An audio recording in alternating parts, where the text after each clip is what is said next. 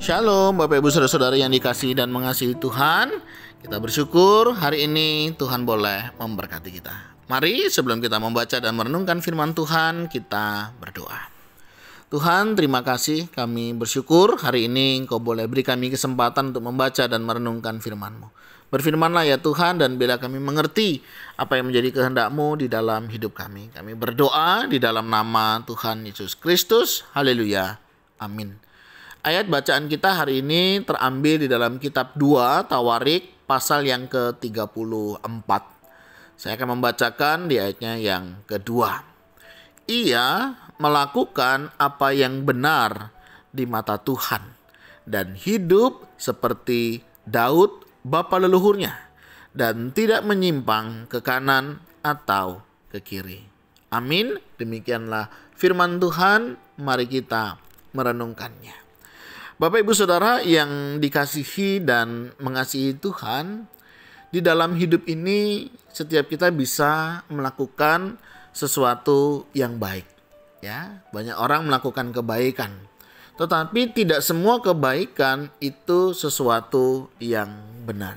Ya, jadi apa yang baik belum tentu benar, tetapi apa yang benar semestinya itu baik. Nah, Bapak Ibu Saudara, kita akan belajar dari seorang pemimpin yang bernama Raja Yosia. Bagaimana sepanjang kepemimpinannya, sepanjang kehidupannya, ia melakukan apa yang benar di mata Tuhan. Nah, ini menarik Bapak Ibu Saudara ya. Dia tidak melakukan apa yang benar hanya di mata manusia, tetapi dia juga melakukan apa yang benar di mata Tuhan. Nah, seringkali kita itu lebih banyak ya melakukan apa yang benar menurut pandangan manusia, tidak pandangan Tuhan. Sehingga tidak heran Bapak Ibu Saudara ya, di dalam perjalanan kehidupan kita seringkali belum melakukan apa yang Tuhan kehendaki. Karena lebih banyak kita melakukan apa yang kita mau. Menurut kita baik ya, menurut kita benar begitu ya. Yang padahal belum tentu itu sesuai dengan kehendak Tuhan. Raja Yosia sepanjang hidupnya dia melakukan apa yang benar. Waktu dia memimpin sebagai seorang raja, ya, dia senantiasa mencari dan menemukan Tuhan. Dia senantiasa dengar-dengaran akan firman Tuhan. Dia juga terlibat begitu ya di dalam memperbaiki rumah Tuhan. Bahkan sampai akhir hidupnya dia tetap didapati tidak menyimpang ke kanan dan ke kiri. Artinya apa? Hidupnya lurus. Antara perkataan dan perbuatan itu seiring dan sejalan. Ya, banyak orang Bapak Ibu Saudara ya seringkali capek ya, baik dalam pelayanan, dalam pekerjaan, dalam rumah tangga. Itu bukan karena banyaknya permasalahan atau pergumulan di dalamnya, melainkan karena antara perkataan dan perbuatan, antara iman dan yang dilakukan di dalam kehidupannya tidak sesuai. Sehingga yang terjadi apa? Sesuatu yang tidak menyenangkan hati Tuhan. Sehingga membuat imannya ya, kehidupannya menjadi lelah. Karena antara perkataan dan perbuatan, antara iman dengan kenyataannya tidak sesuai. Nah, oleh sebab itu Saudara, penting sekali untuk kita itu menyesuaikan antara iman yang kita percayai dengan tingkah laku hidup kita. Antara perkataan dan perbuatan kita semestinya seiring dan sejalan. Sehingga di dalam menjalani kehidupan ini kita akan enak. Coba kita merenungkan di sepanjang tahun 2023. Bagaimana iman perjalanan hidup kita? Sudahkah kita melakukan apa yang benar di hadapan Tuhan? Dengan kita tidak menyimpang ke kanan atau ke kiri. Adakah sepanjang tahun ini ya, kita memang beriman kepada Tuhan.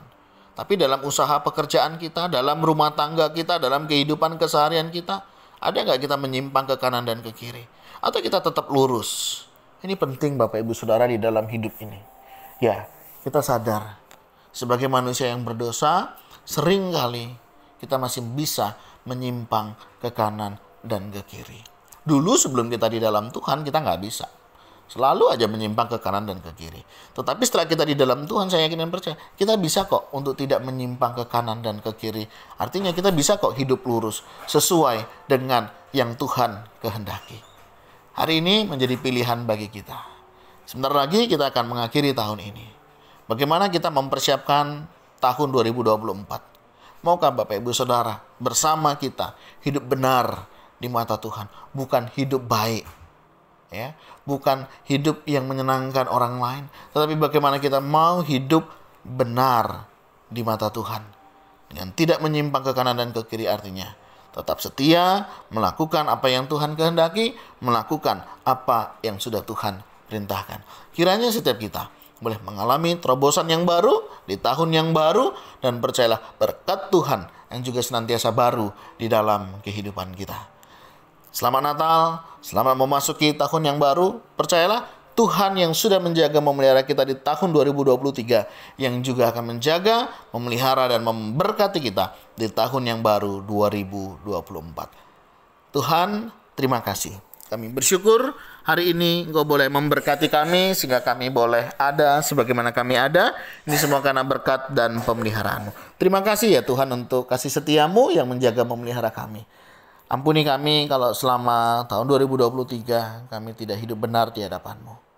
Ampuni ya Tuhan, tolong kami untuk kami juga boleh memperbaiki untuk kami di tahun 2024 ini, untuk kami menjadi lebih baik. Kami senantiasa rindu hidup benar karena Engkau yang sudah membenarkannya di dalam hidup kami. Terima kasih ya Tuhan, ini doa seru kami yang kami naikkan di dalam nama Tuhan Yesus Kristus. Haleluya.